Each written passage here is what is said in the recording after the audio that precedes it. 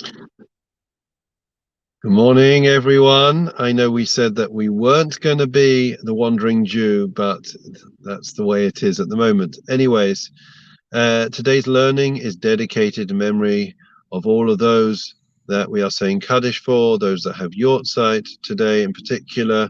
We want to wish long life to Michael Korb on the occasion of the Yortzeit, one of our regulars. Michael, wish you and all the family long life and only simchas. And we say good morning to Peter, to Carol, to Clarice, to Michael, to Rachel, to Andrea, and everyone else who are still joining us. So there, I think I can't remember who it is, but one famous person once said that everything is possible except the impossible. The question is, where does that adage fit with Judaism? Is everything possible except the impossible? I would argue no. I would say that everything is possible unless God says it's impossible. In other words, if God wills it, it's possible, right? Anything can happen in life, and we should never put up the glass ceiling. It's very much a theme in this week's Torah portion. One of the Abraham, as we already mentioned, a true iconoclast, founder of monotheism, and yet he and his wife Sarah were barren, no children, and yet he was meant to be the founding father, the patriarch and matriarch of our nation, and obviously 99 years old, no children, deeply concerned, and God comes to him and says to him, you're going to be blessed. You're going to have children. And he says, come outside, and I want you to count the stars. Arbe et zarachem kachuchvei hashamayim. I'm going to make your descendants, your future, as many as the stars in the sky. And God instructs him to start counting the stars. Now the question is obvious. Why? Why is it? Why couldn't God just leave Abraham inside and tell him that you're going to be blessed, and that would have been it? Why did he have to take him outside and insist that he start to count the stars?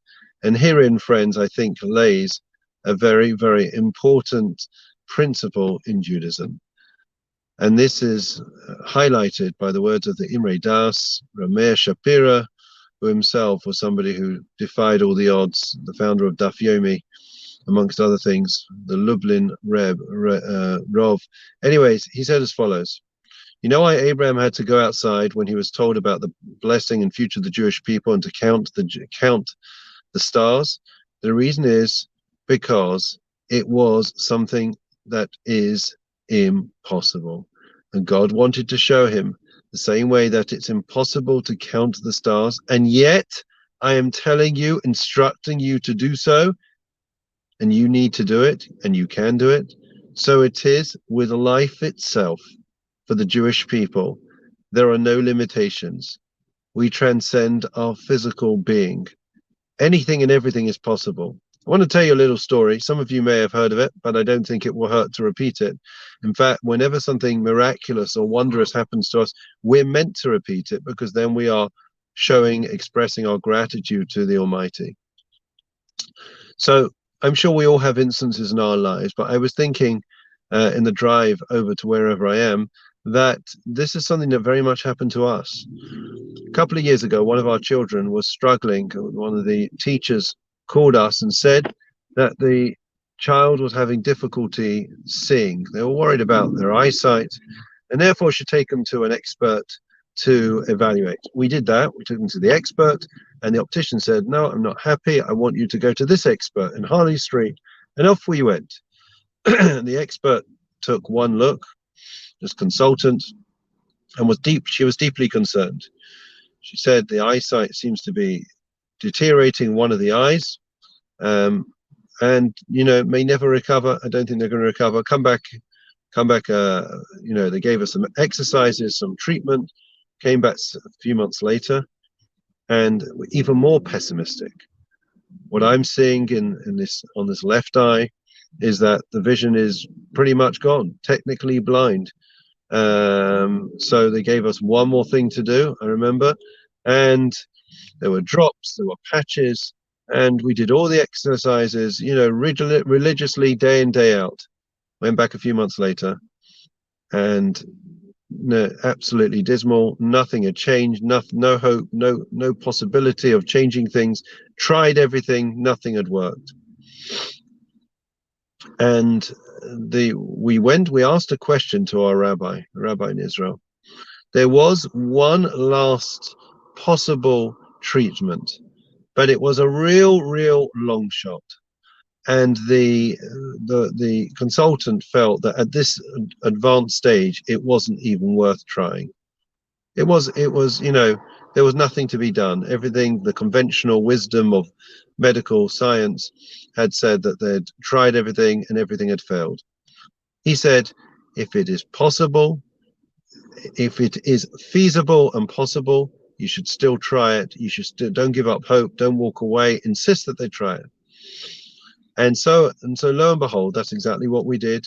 We fought tooth and nail, and we said that we spoke to our rabbi, we're praying, and if it's possible, however remote that possibility is, we want to do it. There's an Almighty, and if He wills it, it can be.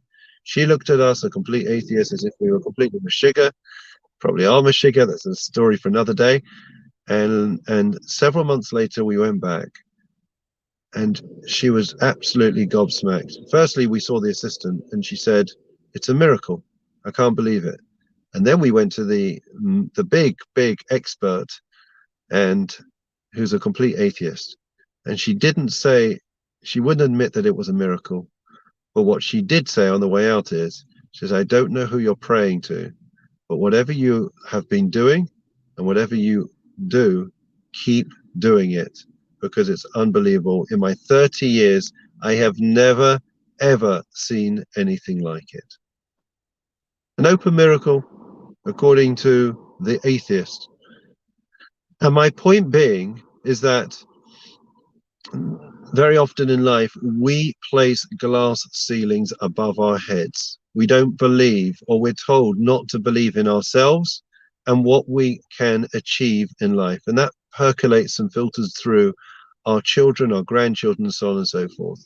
And one of the great lessons and the hallmarks of our people and of our history is that we have simply defied the odds time and time again.